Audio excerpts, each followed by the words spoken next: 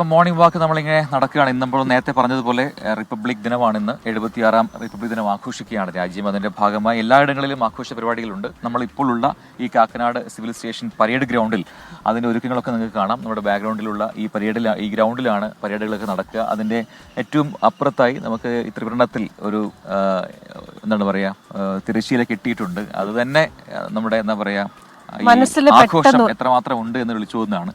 മൊത്തം കളർഫുള്ളാണ്. അതെ, ഇത് കാണുമ്പോൾ തന്നെ നമ്മുടെ മനസ്സിലേക്ക് നമ്മൾ ചെറുപ്പകാലത്തിൽ സോഷ്യൽ സ്റ്റഡീസിൽ പഠിച്ച പാഠങ്ങൾ, നമ്മുടെ സ്വാതന്ത്ര്യ സമര സേനാനികൾ, അംബേദ്കർ അടക്കമുള്ള ഭരണഘടനാ ശില്പികളൊക്കെ പെട്ടെന്ന് മനസ്സിലേക്ക് ഓടി വരും അല്ലെ. നമുക്ക് വാർത്തകളുണ്ട്. ഏറ്റവും പ്രധാനപ്പെട്ട മറ്റൊരു വാർത്ത വയനാട്ടിലെ കടുവാ ദൗത്യമാണ്. നരഭോജി കടുവയ്ക്കായുള്ള ആളുകളുടെ അതിനെ കൊല്ലണമെന്നുള്ള ആൾക്കാരുടെ പ്രതിഷേധം, അതിനെ പിടിക്കാനുള്ള ദൗത്യം, അതൊക്കെ എന്തായി എന്നൊക്കെ നമുക്ക് അറിയണം. ഒരുപാട് പ്രേക്ഷകർ അതിനെക്കുറിച്ച് ചോദിക്കുന്നുണ്ട്. ആ വാർത്തയിലേക്ക് തന്നെ കിടക്കാം. വയനാട് മാനന്തവാടി പഞ്ചാരക്കുലയിൽ സ്ത്രീയെ ആക്രമിച്ചു കൊന്ന കടുവയ്ക്കായുള്ള വനംവകുപ്പിന്റെ തിരച്ചിൽ ഇന്നും തുടരുന്നുണ്ട്. സമീപ ജില്ലകളിൽ നിന്നുള്ള കൂടുതൽ RRT സംഘം ഇന്ന് പ്രദേശത്തേക്ക് എത്തുകയും ചെയ്യും. Chief veterinary surgeon doctor Arun Zacharia ഉൾപ്പെടെയുള്ള വിദഗ്ധർ ദൗത്യത്തിന്റെ ഭാഗമായി മേഖലയിലുണ്ട്. അഭിജിത്ത് മുഴക്കുന്നാണ് വയനാട്ടിൽ നിന്ന് ചേരുന്നത്.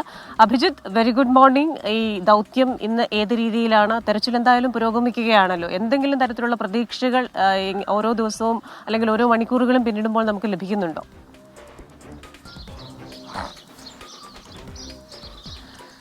Prajin Christina, good morning. പഞ്ചാരക്കൊല്ലിയിൽ കടുവയെ പിടികൂടുന്നതിനായുള്ള ദൗത്യം അത് 3ാം ദിനത്തിലേക്ക് കടക്കുകയാണ്. നാട്ടുകാരുടെ ആശങ്ക ഒരു ഭാഗത്ത് നിൽക്കുന്നു. ഈ കടുവയെ വെടിവെച്ച് കൊല്ലുക എന്നുള്ള ആവശ്യവുമായി നാട്ടുകാർ കഴിഞ്ഞ ദിവസങ്ങളിലൊക്കെ പ്രതിഷേധവുമായി രംഗത്തെത്തിയതാണ്. ഇന്നിപ്പോൾ കൂടുതൽ ഊർജിതമായിട്ടുള്ള തെരച്ചിൽ നടത്തും എന്നുള്ള കാര്യമാണ് വനം വകുപ്പ് ഉദ്യോഗസ്ഥരുമായി ബന്ധപ്പെടുമ്പോൾ നമ്മൾ മനസ്സിലാക്കുന്നത്. രാവിലെ മുതൽ തന്നെ ഡ്രോൺ ഉപയോഗിച്ചുള്ള പരിശോധനയുണ്ടാകും. ഈ കടുവയെ സ്പോട്ട് ചെയ്യുക എന്നുള്ളതാണ് ഏറ്റവും പ്രധാനപ്പെട്ട കാര്യം. അതുമായി ബന്ധപ്പെട്ട പരിശോധനകൾ ഒരു ഭാഗത്ത് നടക്കുന്നുണ്ട്. ഈ കടുവയെ സ്പോട്ട് ചെയ്തു കഴിഞ്ഞാൽ ഈ RRT സംഘം അവിടേക്ക് നീങ്ങും എന്നും നമ്മൾ മനസ്സിലാക്കുന്നു. ഇത് കേരളത്തിൻ്റെ ഡാറ്റാബേസിൽ ഇല്ലാത്ത കടുവയാണ് എന്നുള്ള നിഗമനത്തിലേക്കാണ് നിലവിലെത്തിയിട്ടുള്ളത്. കർണാടക വനം വകുപ്പിനോട് ഇതുമായി ബന്ധപ്പെട്ട വിവരങ്ങൾ ഉദ്യോഗസ്ഥർ വനം വകുപ്പിൽ നിന്ന് തേടുകയും ചെയ്തിട്ടുണ്ട്. അതിനെ ഐഡൻറ്റിഫൈ ചെയ്തു കഴിഞ്ഞാൽ, അതിനെ സ്പോട്ട് ചെയ്തു കഴിഞ്ഞാൽ മറ്റു നടപടികളിലേക്ക് കടക്കുക. അരുൺ സക്കറി ഉൾപ്പെടെയുള്ളവർ ഇവിടെയുണ്ട്. മയക്കുവെടി വെക്കുന്നതടക്കമുള്ള നടപടികളിലേക്ക് കടക്കുക. നിലവിൽ 3 കൂടുകളാണ് ഈ പ്രദേശത്ത് സ്ഥാപിച്ചിട്ടുള്ളത്. ഈ കൂടുകളിൽ ഏതെങ്കിലും ഒന്നിൽ കടുവ കുടുങ്ങും എന്നുള്ളൊരു പ്രതീക്ഷയുണ്ടായിരുന്നു. ആദ്യ ദിവസം മുതൽ തന്നെ കൂട് സ്ഥാപിച്ചതാണ്. പക്ഷേ നിലവിൽ അത്തരത്തിൽ കടുവ ഈ കൂട്ടിലകപ്പെടുന്ന ഒരു സാഹചര്യം ഉണ്ടായിട്ടില്ല. ഇന്നലെ വൈകിട്ടോടുകൂടി തന്നെ വീണ്ടും കടുവയെ ഈ പ്രദേശത്ത് കണ്ടു എന്ന് നാട്ടുകാർ പറയുന്നതാണ് കൂടുതൽ ആശങ്കകൾക്കിടയാക്കുന്നത്, ഭീതികൾക്കിടയാക്കുന്നത്. ഏതായാലും മറ്റൊരു പ്രധാനപ്പെട്ട കാര്യം, ഈ വനം മന്ത്രി AK ശശീന്ദ്രൻ ഇന്ന് വയനാട്ടിലേക്ക് എത്തുന്നുണ്ട്. കലക്ടറേറ്റിൽ ഒരു അവലോകന യോഗം, ഒരു ഉന്നതതല യോഗം നടക്കുന്നുണ്ട്. ഈ യോഗത്തിൽ മന്ത്രി പങ്കെടുക്കുകയും ചെയ്യും. CCFും DFOയും കലക്ടർ ഉൾപ്പെടെയുള്ളവർ ഈ യോഗത്തിൻ്റെ ഭാഗമാവുകയും ചെയ്യും. അതിനുശേഷം ഒരു പക്ഷേ ഈ കൊല്ലപ്പെട്ട രാധയുടെ പഞ്ചാരക്കൊല്ലിയിലെ വീട്ടിലേക്ക് വനമന്ത്രി എത്താനുള്ളൊരു സാധ്യതയുമുണ്ട്. കഴിഞ്ഞ ദിവസം വലിയ പ്രതിഷേധം വനമന്ത്രി ഈ മേഖലയിലേക്ക് എത്താത്തതുമായി ബന്ധപ്പെട്ട് നാട്ടുകാർ ഉയർത്തിയിരുന്നു. ആ സാഹചര്യത്തിൽ വനമന്ത്രി ഒരു പക്ഷേ ഈ മേഖലയിലേക്ക് എത്തുകയും ചെയ്യും. ഏതായാലും പ്രജിൻ ക്രിസ്റ്റീന, ഈ നരഭോജി കടുവയെ പിടികൂടുന്നതുമായി ബന്ധപ്പെട്ട നടപടികൾ ഊർജിതമായി തുടരുന്നുണ്ട്. എത്രയും വേഗം ഈ കടുവയെ പിടികൂടി തങ്ങളുടെ ആശങ്ക ഒഴിവാക്കുക എന്ന ആവശ്യമാണ് നാട്ടുകാർ ഉന്നയിക്കുന്നത്. അഭിജിത്ത് മുഴക്കുന്നാണ് വിശദാംശങ്ങൾ നൽകിയത്. ഇന്നലെ വൈകിട്ട് ഏതാണ്ട് ഒരു 6:15 ഈ കടുവയെ വീണ്ടും കണ്ടു എന്ന് പറഞ്ഞ നാട്ടുകാർ അവിടെ വിവരം അറിയിച്ചിരുന്നു. അത് ഏതാണ്ട് ഈ പഞ്ചാരക്കൊല്ലിയിൽ ആക്രമണം നടന്നിടത്തുന്ന 1 കിലോമീറ്റർ അകലെയാണ് സംഭവം. പക്ഷേ ജനവാസ മേഖല തന്നെയാണ്. അവിടെ നിന്നും കാട്ടിലേക്ക് ഓടിപ്പോകുന്ന കടുവയെ കണ്ടു എന്നാണ് അവിടുത്തെ ഒരുപാട് പേർ കടുവയെ കണ്ട ആൾക്കാർ പറഞ്ഞത്. അപ്പോൾ ആ മേഖലയിലൊക്കെ തന്നെ ആയിരിക്കും ഇന്നും തിരച്ചിൽ കൂടുതലായി കേന്ദ്രീകരിക്കുക എന്ന് മനസ്സിലാക്കാൻ കഴിയുന്നുണ്ട്. നമുക്ക് പിറകിൽ കാണുന്ന ഈ ഗ്രൗണ്ടിലാണ് ഇവിടുത്തെ എറണാകുളം ജില്ലയിലെ റിപ്പബ്ലിക് ദിനാഘോഷങ്ങൾ നടക്കുക. ഇവിടെ ഓരോ ഇടങ്ങളിലായി വ്യത്യസ്ത സേനാ വിഭാഗങ്ങൾ അണിനിരക്കും. അതിൽ കുട്ടികളുണ്ട്. സേനാ വിഭാഗങ്ങൾ മാത്രമല്ല, SPC കേഡറ്റുകളും അവരുടെയൊക്കെ പരേഡും ഒക്കെ ഈ ഗ്രൗണ്ടിലാണ് നടക്കുക. അതിനുള്ള ക്രമീകരണങ്ങൾ നടന്നുകൊണ്ടിരിക്കുന്ന അവസാനവട്ട ഒരുക്കമാണ് ഇവിടെ ഇപ്പോൾ നമുക്ക് കാണാൻ കഴിയുന്നത്. ഇതോടൊപ്പം തന്നെ കർത്തവ്യ പഥിലും വളരെ വിപുലമായ ഒരുക്കങ്ങളുണ്ട്. നമ്മുടെ സൈനിക ശക്തി തെളിയിക്കുന്ന എല്ലാവിധ പ്രകടനങ്ങളും അവിടെ ഉണ്ടാകും. നമ്മുടെ മിസൈലുകൾ, ബ്രഹ്മോസ് അടക്കമുള്ള മിസൈലുകൾ, DRDO തദ്ദേശീയമായി വികസിപ്പിച്ചെടുത്ത ആയുധങ്ങൾ, ഒപ്പം തന്നെ ഇന്തോനേഷ്യയുടെ കുറച്ച് സൈനികരും ഇന്നത്തെ പരേഡിൽ പങ്കെടുക്കുമെന്ന്. രാവിലെ 9:30 പ്രധാനമന്ത്രി നരേന്ദ്രമോദി ദേശീയ യുദ്ധ സ്മാരകത്തിൽ പുഷ്പചക്രം അർപ്പിക്കുന്നതോടെയാണ് ഈ പരിപാടികൾക്ക് ഔദ്യോഗികമായ തുടക്കം ഉണ്ടാവുക. 10:30 രാഷ്ട്രപതി ദ്രൗപദി മുർമു കർത്തവ്യ പഥിലെത്തുന്നതോടെ പ്രൗഢ ഗംഭീരമായ റിപ്പബ്ലിക് ദിന പരേഡിന് തുടക്കമാവുകയും ചെയ്യും. ബൽറാം നെടുങ്ങാടിയാണ് ഡൽഹിയിൽ നിന്ന് ചേരുന്നത്. Balram, very good morning. Republic ദിനാഘോഷങ്ങളുടെ അതിനെല്ലാം സജ്ജമാണ് രാജ്യ തലസ്ഥാനം. ആശംസകൾ ബൽറാമിനും നേരുന്നു. ഒപ്പം തന്നെ എങ്ങനെയാണ് രാജ്യം ആഘോഷത്തെ വരവേൽക്കാൻ ഒരുങ്ങിയിരിക്കുന്നത്? Very good morning Christina, Prajin. Republic ദിന ആശംസകൾ എല്ലാവർക്കും. ആശംസകൾ. രാജ്യം വലിയ ആവേശത്തിലും സന്തോഷത്തിലുമാണ്. 76ാമത് റിപ്പബ്ലിക് ദിനം ആഘോഷിക്കുകയാണ് ഇന്ന്. അതിൻ്റെ ഒരു ആവേശ തിമിർപ്പിൽ തന്നെയാണ് രാജ്യ തലസ്ഥാനം. ആഘോഷങ്ങൾ ആരംഭിക്കാൻ യഥാർത്ഥ ആഘോഷം എന്നുള്ളത് റിപ്പബ്ലിക് ദിന പരേഡ് തന്നെയാണ്. ഇന്ത്യയുടെ അഭിമാന നിമിഷങ്ങളാണ് ആ പരേഡിൽ നടക്കുന്ന ഓരോ നിമിഷവും. അതിലൂടെ കടന്നുപോകുന്ന ഓരോ കണ്ടിജൻറ്റും ഇന്ത്യയുടെ ഈ റിപ്പബ്ലിക്കിൻ്റെ ആഘോഷം പൂർണ്ണമായും രാജ്യത്തിന് ലോകത്തിന് മുന്നിൽ വിളിച്ചോതുന്ന ഒരു അവസരമാണ്. ഇന്ത്യയുടെ സാംസ്കാരിക തനിമയും ഒപ്പം തന്നെ സൈനിക മേഖലയിലുള്ള കരുത്തും ഒപ്പം തന്നെ ശാസ്ത്ര മേഖലയിലുള്ള കരുത്തും എല്ലാം തന്നെ ലോകത്തിന് മുന്നിൽ തുറന്നു കാട്ടുന്ന ഒരു അവസരമായാണ് റിപ്പബ്ലിക് ദിന പരേഡിനെ കാണുന്നത്. അതിനായുള്ള തയ്യാറെടുപ്പുകൾ എല്ലാം തന്നെ ആരംഭിച്ചു കഴിഞ്ഞിരിക്കുന്നു, പൂർത്തിയായിരിക്കുന്നു. മറ്റ് സുരക്ഷാ മുന്നൊരുക്കങ്ങൾ ഉൾപ്പെടെ ഡൽഹിയിലെ ഓരോ കോണിലും മുക്കിലും ഇത്തരത്തിൽ ആഘോഷത്തിൻ്റെ തിമിർപ്പിൽ തന്നെയാണ്. പുഷ്പങ്ങൾ കൊണ്ട് റിപ്പബ്ലിക് ദിന ആശംസകൾ നേർന്നിരിക്കുകയാണ്. ഇത്തരത്തിലുള്ള നിരവധി ഫലകങ്ങൾ ഡൽഹിയുടെ പലയിടങ്ങളിലും ഉണ്ട്. ഈ റിപ്പബ്ലിക് ദിന പരേഡ് ഇത്തവണത്തെ ഏറെ പ്രത്യേകതകളോടുകൂടി തന്നെയാണ് കാണുന്നത്. സുവർണ ഇന്ത്യ, പൈതൃകവും വികസനവും എന്ന പ്രമേയത്തിലാണ് ഇത്തവണത്തെ റിപ്പബ്ലിക് ദിന ആഘോഷങ്ങൾ. ഈ ഒരു വിഷയത്തിൽ ഊന്നിക്കൊണ്ടുള്ള വിവിധ ടാബ്ലോകൾ 16 സംസ്ഥാനങ്ങളുടേതടക്കം 31 ടാബ്ലോകളാണ്. അത് കേന്ദ്ര സർക്കാർ വകുപ്പുകളുടേത് അടക്കം ഉണ്ട്. കൂടാതെ ഈ ഇതിൽ പങ്കെടുക്കുന്ന മറ്റ് മാർച്ചിങ് കണ്ടിജന്റുകൾ എല്ലാം തന്നെ ഇത്തവണ വ്യത്യസ്തമാണ്. ഓരോ തവണയും കൂടുതൽ വ്യത്യസ്തവും അതോടൊപ്പം തന്നെ കൂടുതൽ ആകർഷകവുമാക്കുന്ന രീതിയിലുള്ള വിഷയങ്ങളിൽ ഊന്നിക്കൊണ്ടാണ് റിപ്പബ്ലിക് ദിന പരേഡുകൾ നടക്കാറുള്ളത്. ഇത്തവണത്തെ ഒരു പ്രത്യേകത എന്നുള്ളത് ഇന്തോനേഷ്യൻ പ്രസിഡന്റാണ് മുഖ്യാതിഥിയായി പങ്കെടുക്കുന്നത്. അദ്ദേഹം തന്നെ നേതൃത്വം നൽകുന്ന ഒരു കണ്ടിജന്റും, ഇന്തോനേഷ്യയിൽ നിന്നുള്ള ഒരു കണ്ടിജന്റും ഇത്തവണ റിപ്പബ്ലിക് ദിനാഘോഷത്തിൽ പങ്കെടുക്കുന്നുണ്ട്. 130 പേരടങ്ങുന്ന ഒരു കണ്ടിജന്റിനെ ആയിരിക്കും അദ്ദേഹം നയിക്കുക. ഒപ്പം തന്നെ 190 പേരടങ്ങുന്ന ബാൻഡ് സംഘവും, ഇന്തോനേഷ്യയിൽ നിന്നുള്ള ബാൻഡ് സംഘവും ഇത്തവണ റിപ്പബ്ലിക് ദിന ആഘോഷത്തിന്റെ ഭാഗമാകും. ഒപ്പമാണ് ഇന്ത്യയുടെ 3 സേനാ വിഭാഗങ്ങളിൽ നിന്നുള്ള കണ്ടിജന്റുകൾ, അർദ്ധ സൈനികരുടെ, പോലീസ് വിഭാഗങ്ങളുടെ, NCC, NSS എന്നിവരുടേതടക്കമുള്ള മാർച്ചിങ് കണ്ടിജന്റുകൾ റിപ്പബ്ലിക് ദിന ആഘോഷത്തിൽ പങ്കെടുക്കും. മലയാളികൾക്കും അഭിമാനിക്കാൻ ഏറെയുണ്ട്. ഇവയിൽ എല്ലാം തന്നെ നിർണായകമായ സ്ഥാനങ്ങളിൽ മലയാളികളും ഉണ്ട് എന്നുള്ളതും ഏറെ അഭിമാനകരമാണ്. രാവിലെ 9:30 പ്രധാനമന്ത്രി ദേശീയ യുദ്ധസ്മാരകത്തിൽ പുഷ്പചക്രം അർപ്പിക്കുന്നതോടെയായിരിക്കും ഈ ആഘോഷ പരിപാടികൾക്ക് തുടക്കമാകുക. 10:30 രാഷ്ട്രപതി രീതിയിൽ പ്രൗഢ ഗംഭീരമായിരിക്കും ഇത്തവണത്തെ റിപ്പബ്ലിക് ദിനാഘോഷങ്ങൾ ഡൽഹിയിൽ എന്ന കാര്യം വ്യക്തമാണ്. ബൽറാം നെടുങ്ങാടിയാണ് ഡൽഹിയിൽ നിന്ന് വിശദാംശങ്ങൾ നൽകിയത്. ഇനി കേരളത്തിലേക്ക് വന്നു കഴിഞ്ഞാൽ 76ാം റിപ്പബ്ലിക് ദിനാഘോഷത്തിന് കേരളവും സജ്ജമാണ്. ആഘോഷത്തിന് എല്ലാവിധ ഒരുക്കങ്ങളും പൂർത്തിയായിട്ടുണ്ട്. തിരുവനന്തപുരം സെൻട്രൽ സ്റ്റേഡിയത്തിൽ രാവിലെ 9 ഗവർണർ രാജേന്ദ്ര വിശ്വനാഥ് അർലേക്കർ ദേശീയ പതാക ഉയർത്തും. മുഖ്യമന്ത്രി പിണറായി വിജയൻ ചടങ്ങിൽ പങ്കെടുക്കും. വിവിധ സേനാ വിഭാഗങ്ങളുടെയും അശ്വാരൂഢ സേന, NCC, scouts, guides, student police കേഡറ്റുകൾ തുടങ്ങിയ വിഭാഗങ്ങളുടെയും അഭിവാദ്യം ഗവർണർ സ്വീകരിക്കും. മുൻ വർഷങ്ങളിലേതുപോലെ ഭാരതീയ വായുസേന ഹെലികോപ്റ്ററിൽ പുഷ്പവൃഷ്ടി നടത്തും. സെൻട്രൽ സ്റ്റേഡിയത്തിന് പുറമെ സംസ്ഥാനത്തിന്റെ വിവിധ ഭാഗങ്ങളിലും വിപുലമായ ആഘോഷ പരിപാടികൾ നടക്കും. ഇനി നമ്മൾ നേരത്തെ ഈ പത്മ പുരസ്കാരങ്ങളെ കുറിച്ച് പറഞ്ഞതാണ്. അതുമായി ബന്ധപ്പെട്ട ഒരു വിശദമായ റിപ്പോർട്ട് കൂടി പ്രേക്ഷകരിലേക്ക് എത്തിക്കുകയാണ്. പത്മ പുരസ്കാര തിളക്കത്തിലാണ് മലയാളികൾ. പ്രിയ എഴുത്തുകാരൻ MT വാസുദേവൻ നായർക്ക് മരണാനന്തര ബഹുമതിയായി പത്മവിഭൂഷൺ നൽകി രാജ്യം ആദരിച്ചിരിക്കുന്നു. ഹോക്കി താരം PR ശ്രീജേഷ്, ഹൃദയ ശസ്ത്രക്രിയാ വിദഗ്ധൻ ജോസ് ചാക്കോ പെരിയപ്പുറം എന്നിവർക്ക് പത്മഭൂഷണും, ഫുട്ബോൾ താരം IM വിജയൻ, സംഗീതജ്ഞ K ഓമനക്കുട്ടിയമ്മ എന്നിവർക്ക് പത്മശ്രീയും ലഭിച്ചു. മലയാളികൾക്കാകെ അഭിമാന മുഹൂർത്തമായിരുന്നു ഇത്തവണത്തെ പത്മ പുരസ്കാരങ്ങൾ. മലയാളിയുടെ പ്രിയ സാഹിത്യകാരൻ MT വിട പറഞ്ഞ് 1 മാസം തികയും മുമ്പാണ് മരണാനന്തര ബഹുമതിയായി പത്മവിഭൂഷൺ നൽകി രാജ്യം ആദരിച്ചത്. പുരസ്കാര നേട്ടത്തിൽ എല്ലാ മലയാളികൾക്കും പങ്കുണ്ടെന്ന് മകൾ അശ്വതി 24നോട്. രാജ്യത്തിൻ്റെ ആദരവ് ലഭിച്ചതിൽ സന്തോഷം. ഇത് മലയാള ഭാഷയ്ക്കും സാഹിത്യത്തിനും കൂടി ഉള്ള അംഗീകാരം എന്നേ പറയാനുള്ളൂ ഈ സമയത്ത്. ഹോക്കി താരം PR ശ്രീജേഷ്, ഹൃദയ ശസ്ത്രക്രിയാ വിദഗ്ധൻ ജോസ് ചാക്കോ പെരിയപ്പുറം എന്നിവർ പത്മഭൂഷൺ പുരസ്കാരത്തിന് അർഹരായി. പുരസ്കാര നേട്ടത്തിൽ സന്തോഷമെന്ന് ഡോക്ടർ ജോസ് ചാക്കോ പെരിയപുറം. നമ്മുടെ കേരളത്തിന്റെ ഒരു വൈദ്യശാസ്ത്ര രംഗത്തിന്റെ ഒരു വലിയ അംഗീകാരമായിട്ട് വേണം നമ്മളുടെ ഈ ബഹുമതിയെ കരുതാനായിട്ട്. അവാർഡ് വളർന്നു വരുന്ന കുട്ടികൾക്കും താരങ്ങൾക്കും പ്രചോദനമാണെന്ന് PR ശ്രീജേഷ്. വളരെ വളരെ സന്തോഷമുണ്ട്, അഭിമാനമുണ്ട്. കാരണം ഇങ്ങനത്തെ ഒരു അവാർഡ് കിട്ടുക എന്നുള്ളത് നമ്മൾ പ്രതീക്ഷിക്കാത്തൊരു കാര്യമാണല്ലോ. ഹോക്കി കളിക്കുന്ന കുട്ടികൾക്ക് ഇതൊരു പ്രചോദനമാകട്ടെ.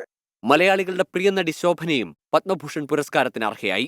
IM വിജയൻ, ഡോക്ടർ K ഓമനക്കുട്ടി എന്നിവർ പത്മശ്രീ പുരസ്കാരത്തിനും അർഹരായി. പുരസ്കാരം എല്ലാ ഫുട്ബോൾ പ്രേമികൾക്കും സമർപ്പിക്കുന്നുവെന്ന് IM വിജയൻ. ഇത് എൻ്റെ ഒരു വിജയമായിട്ട് കാണുന്നില്ല. കാരണം ഇതെല്ലാം നാട്ടിലുള്ള എല്ലാ ഫുട്ബോൾ പ്രേമികളുടെ ഒരു പ്രാർത്ഥനയും ഒക്കെ കാരണം തന്നെ ഇത് കിട്ടുക. അല്ലെ എന്നെ പോലുള്ള ആൾക്കൊരു പത്മശ്രീ കിട്ടാന്ന് പറയുമ്പോൾ എല്ലാവർക്കും ചിന്തിക്കാന്നുള്ളൂ.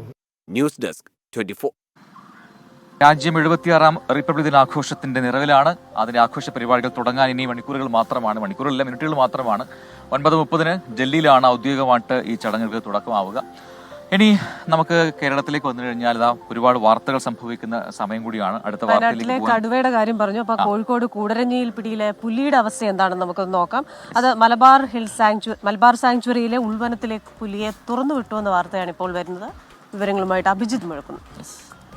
സമീർ സി മുഹമ്മദാണ് കോഴിക്കോട് ചെയ്തത്. സമീർ, ഇപ്പൊ പുലി, കടുവ, ആന ഇതിന്റെയൊക്കെ വലിയ ഭീഷണിയാണ് നാട്ടിലെങ്ങും. ഈ കഴിഞ്ഞ ദിവസം കൂടരഞ്ഞിൽ പിടിച്ച പുലി ഇപ്പോൾ ഉൾവനത്തിലേക്ക് തുറന്നുവിട്ടു എന്ന് പറയുന്ന വാർത്ത വരുന്നുണ്ട്. അപ്പോൾ എവിടെ വെച്ചാണ് ഈ പുലിയെ തുറന്നുവിട്ടത്? അവിടെയുള്ള പുലിഭീതി അത് പൂർണ്ണമായും ഒഴിഞ്ഞിട്ടുണ്ടോ? നാട്ടുകാരുടെയൊക്കെ പ്രതികരണം എന്താണ്?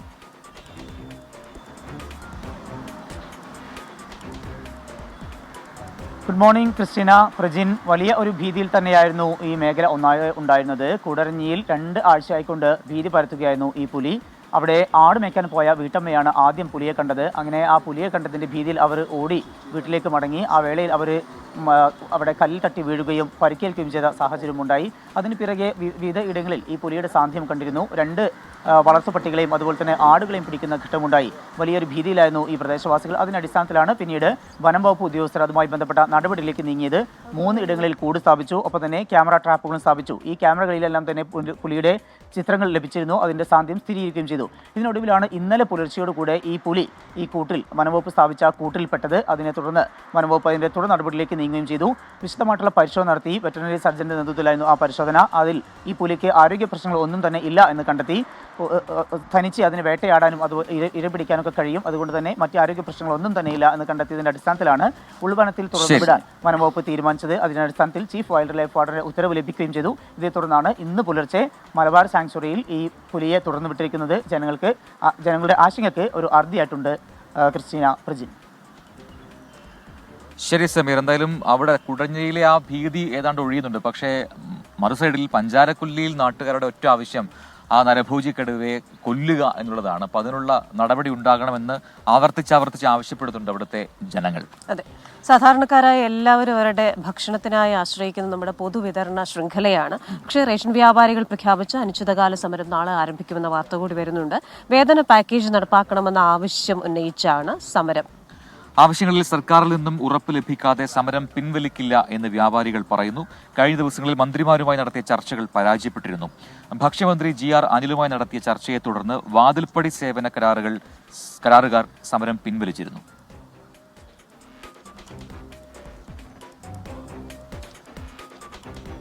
ഇപ്പോൾ രാജ്യം അങ്ങനെ റിപ്പബ്ലിക് ദിനം ആഘോഷിക്കുമ്പോൾ സ്വാതന്ത്ര്യ സമര ചരിത്രത്തിലെ പോരാട്ടം ഓർമ്മിപ്പിക്കുകയാണ് വട്ടിയൂർക്കാവിലെ ആ ഒരു സമ്മേളന സ്മാരകം. ആ സ്പെഷ്യൽ റിപ്പോർട്ടിലേക്കാണ് നമ്മൾ ഇനി കിടക്കുന്നത്. CP രാമസ്വാമി അയ്യരുടെ വിലക്ക് അവഗണിച്ച് 1938 ഡിസംബർ 22-നാണ് തിരുവിതാംകൂർ സ്റ്റേറ്റ് കോൺഗ്രസിന്റെ സമ്മേളനം വട്ടിയൂർക്കാവിൽ നടന്നത്. അതുമായി ബന്ധപ്പെട്ടൊരു സ്പെഷ്യൽ റിപ്പോർട്ട് കാണാം.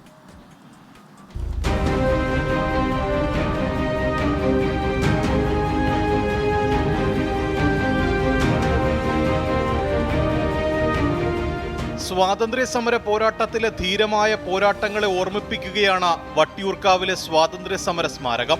ഉത്തരവാദ ഭരണ പ്രക്ഷോഭത്തെ തുടർന്ന് തിരുവിതാംകൂർ സ്റ്റേറ്റ് കോൺഗ്രസിനെ ദിവാൻ CP രാമസ്വാമി അയ്യർ നിയമവിരുദ്ധമായി പ്രഖ്യാപിച്ചു. ദിവാന്റെ കർശന വിലക്കിനെ അതിജീവിച്ചായിരുന്നു 1938 ഡിസംബർ 22-ന് വട്ടിയൂർക്കാവ് സമ്മേളനം അരങ്ങേറിയത്. സ്വാതന്ത്ര്യത്തിനായി എല്ലാം ത്യജിച്ചവർക്ക് ആദരസൂചകമായി 2013 ഫെബ്രുവരി 26-ന് അന്നത്തെ മുഖ്യമന്ത്രി ഉമ്മൻചാണ്ടി വട്ടിയൂർക്കാവിലെ സ്വാതന്ത്ര്യ സമര സ്മാരകത്തിന്റെ ശിലാസ്ഥാപനം നിർവഹിച്ചു.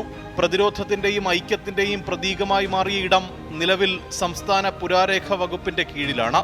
പ്രതിരോധത്തിന്റെയും ഐക്യത്തിന്റെയും പ്രതീകമായി മാറിയ സമ്മേളന സ്മാരകം കാണാൻ നിരവധി പേരാണ് വട്ടിയൂർക്കാവിലേക്ക് എത്തുന്നത്.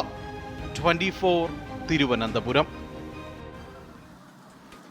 കുറച്ചുകൂടി റിപ്പോർട്ടുകൾ പ്രേക്ഷകരിലേക്ക് എത്തിക്കാറുണ്ട് അല്ലെ? പ്രേക്ഷകരുടെ പ്രതിഷേധവും കമന്റ് ബോക്സിൽ വന്നിട്ടുണ്ട്. ഇനി ഞാൻ മെസ്സേജ് അയക്കില്ല എന്ന് സംഗീത പറയുന്നു. അപ്പം നമ്മൾ വാർത്തകൾ കൂടുതലുള്ളതുകൊണ്ടും ചില വാർത്തകൾക്ക് കൂടുതൽ സമയമെടുത്തതുകൊണ്ടുമാണ് മെസ്സേജ് വായിക്കാതിരുന്നത്. പക്ഷേ എല്ലാവരുടെയും മെസ്സേജ് കാണുന്നുണ്ട്. രവികുമാർ PB ഒക്കെ ഹാജരായെന്ന് പറയുന്നുണ്ട്. Prajith Ramesh, K Sivadas, the laziest queen, Lekha Jayan, Mathew Varghese, Jayan Nair, Surendrakumar, Maheen Ali, Mathai പറയുന്നു വെഡിങ് ആനിവേഴ്സറി ആണെന്ന്. Happy wedding anniversary to both of you. Shafeer Mannarkkad, Siddharth, Seena Muhammad, Mathew Varghese, Mebin Aero, Harigovind, എല്ലാവരുടെയും മെസ്സേജ് കാണുന്നുണ്ട് കേട്ടോ. ഒരല്പം വാർത്താ തിരക്കിലായതുകൊണ്ടാണ്. അടുത്ത വാർത്തയിലേക്ക് പോകാം. സംവിധായകൻ ബി ഉണ്ണികൃഷ്ണനെതിരെ രൂക്ഷ വിമർശനവുമായി നിർമ്മാതാവ് സാന്ദ്ര തോമസ്. ഫെഫ്കയുടെ തലപ്പത്തിരുന്ന് ബി ഉണ്ണികൃഷ്ണൻ പച്ചക്കള്ളം വിളിച്ചു പറയുന്നു എന്നാണ് സാന്ദ്രയുടെ ആരോപണം. എടക്കാട് ബറ്റാലിയന്റെ നിർമ്മാണ പ്രവർത്തനങ്ങൾ ബി ഉണ്ണികൃഷ്ണൻ ഇടപെട്ട് മുടക്കിയെന്നും സാന്ദ്ര തോമസ് കോഴിക്കോട് പറഞ്ഞു. കോഴിക്കോട് ലിറ്ററേച്ചർ ഫെസ്റ്റിന്റെ വേദിയിലാണ് സാന്ദ്ര തോമസ് ദുരനുഭവങ്ങൾ പങ്കുവച്ചത്. ബി ഉണ്ണികൃഷ്ണനുമായി പലപ്പോഴും പ്രശ്നങ്ങൾ ഉണ്ടായിട്ടുണ്ട്. ഫെഫ്ക ജനറൽ സെക്രട്ടറി പലതവണ തന്നെ വെല്ലുവിളിച്ചുവെന്നും അതിനെ അതിജീവിക്കാൻ കഴിഞ്ഞുവെന്നും സാന്ദ്ര തോമസ്. താൻ നൽകിയ പരാതിയിന്മേൽ ബി ഉണ്ണികൃഷ്ണൻ പച്ചക്കള്ളം വിളിച്ചു പറയുകയാണെന്നും സാന്ദ്ര തോമസ്. ശ്രീ ബി ഉണ്ണികൃഷ്ണൻ എന്ന് പറയുന്ന വ്യക്തിയെ നിങ്ങൾക്ക് എല്ലാവർക്കും അറിയാം. ഫെഫ്ക യൂണിയന്റെ ജനറൽ സെക്രട്ടറിയാണ്. അദ്ദേഹം ഒരു പവർഫുൾ പൊസിഷനിൽ ഇരിക്കുന്ന ആളാണ്. ഇതേ വ്യക്തി പിന്നീട് 3 വട്ടം എന്നെ ഇതുപോലെ പബ്ലിക്കായി വെല്ലുവിളിച്ചിട്ടുള്ള ഒരാളാണ്. അതിനെ അതിജീവിക്കുക എന്ന് പറയുന്നത് ഒരു ചെറിയ കാര്യമല്ല. എടക്കാട് ബറ്റാലിയൻ എന്ന സിനിമയുടെ പോസ്റ്റ് പ്രൊഡക്ഷൻ വർക്കുകൾ ബി ഉണ്ണികൃഷ്ണൻ ഇടപെട്ട് മുടക്കിയെന്നും സാന്ദ്ര പറഞ്ഞു. ജൂഡ് ആന്റണിക്കെതിരെയും വിമർശനം. 25 ലക്ഷം രൂപ പ്രൊഡ്യൂസേഴ്സ് അസോസിയേഷൻ തീരുമാനിച്ച പൈസ വേണ്ടാന്ന് വെച്ചിട്ട് ഒരു 3 ലക്ഷം രൂപയും കൂടെ അവർ തന്ന് 7 ലക്ഷം രൂപയാക്കി എനിക്ക് കോമ്പൻസേഷൻ തന്നു എന്നുള്ളത് സത്യമാണ്. അതിന് ജൂഡിന് പൈസ കിട്ടിയില്ല എന്നുള്ളത് എന്റെ കുഴപ്പമല്ലല്ലോ. അത് ടേബിൾ പ്രോഫിറ്റ് ആയിട്ടുള്ള ഒരു സിനിമയാണ്. അതിന് പൈസ മേടിച്ചു കൊടുക്കേണ്ടത് ഇവരുടെ ഉത്തരവാദിത്തമല്ലേ? സാന്ദ്ര തോമസ് നടത്തുന്ന പോരാട്ടങ്ങൾക്ക് WCCയുടെ പിന്തുണയുണ്ടാകുമെന്ന് ദീദി ദാമോദരൻ. 24 കോഴിക്കോട്. മലയാള പത്രങ്ങൾ എന്തൊക്കെയാണ് വാർത്തകളെന്ന് നോക്കാം. അതിൽ ഏറ്റവും പ്രധാനപ്പെട്ടത് എല്ലാവരും ഇന്ന് ഈ റിപ്പബ്ലിക് ദിനത്തിനാണ് പ്രാധാന്യം നൽകിയിരിക്കുന്നത്. മലയാള മനോരമയുടെ സ്പെഷ്യൽ സപ്ലിമെന്റ്, ഞായറാഴ്ച സപ്ലിമെന്റ് നോക്കുക. ഒരു ഫുൾ പേജ് എനിക്ക് തോന്നുന്നു ഇതിനായി മാത്രം മാറ്റിയിട്ടുണ്ട്. നമ്മുടെ രാജ്യത്തിന്റെ, ഇന്ത്യയുടെ സംസ്കാരം എന്താണ്, അതിന്റെ നാനാത്വത്തിൽ ഏകത്വം എന്ന് പറയുന്ന ആ മോട്ടോ അതെങ്ങനെയാണ് എന്ന് ഒരു ചിത്രത്തിലൂടെ കാണിച്ചു തരികയാണ് മലയാള മനോരമ.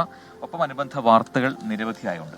മുന്നോട്ടുള്ള ദൂരമെന്നും പറയുന്നുണ്ട്. ഒരു സ്വതന്ത്ര പരമാധികാര ജനാധിപത്യ റിപ്പബ്ലിക്കായ ഇന്ത്യക്ക് മുന്നോട്ടുള്ള ദൂരം എത്ര. ഇപ്പൊ മാതൃഭൂമിയിൽ നോക്കുകയാണെങ്കിൽ നമുക്ക് അഭിമാനിക്കാവുന്ന വാർത്തയാണ് ആദ്യം തന്നെ പ്രധാനമായി കൊടുത്തിരിക്കുന്നത്. പത്മകാലം റിപ്പബ്ലിക് ദിനത്തോടനുബന്ധിച്ച് അവാർഡുകൾ, പുരസ്കാരങ്ങൾ കിട്ടിയവരുടെ ഫോട്ടോ സഹിതമുള്ള റിപ്പോർട്ടാണ്. മറ്റൊന്ന്, ഏകീകൃത പെൻഷൻ കാര്യത്തിൽ കേന്ദ്ര വിജ്ഞാപനമായി എന്ന വാർത്തയാണ്. കേന്ദ്ര സർക്കാർ കഴിഞ്ഞ വർഷം പ്രഖ്യാപിച്ച ഏകീകൃത പെൻഷൻ പദ്ധതിയുടെ അല്ലെങ്കിൽ യൂണിഫൈഡ് പെൻഷൻ സ്കീമിന്റെ ഔദ്യോഗിക വിജ്ഞാപനം ധനമന്ത്രാലയം പുറത്തിറക്കിയിട്ടുണ്ട്. ഏപ്രിൽ 1 മുതലാണ് പദ്ധതി വരുന്നത്. അടിസ്ഥാന ശമ്പളത്തിന്റെ പകുതി പെൻഷൻ എന്നതാണ്. NPS-ൽ നിന്ന് മാറാം.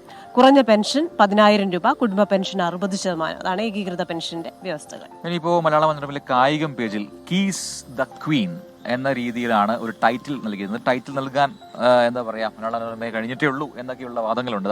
കീസ് ദ ക്വീൻ എന്ന രീതിയിൽ ഈ കഴിഞ്ഞ ഓസ്ട്രേലിയൻ ഓപ്പൺ ടെന്നീസിൽ വനിതാ സിംഗിൾസിൽ കിരീടം ചൂടിയ മാഡിസൺ കീസിന്റെ ചിത്രം സഹിതമാണ് ആ വാർത്ത കായികം പേജിൽ നൽകിയിരിക്കുന്നത്. തിലക് വാഴുക എന്ന് പറയുന്ന മറ്റൊരു വാർത്ത കൂടി കായികം പേജിൽ നൽകിയിട്ടുണ്ട്.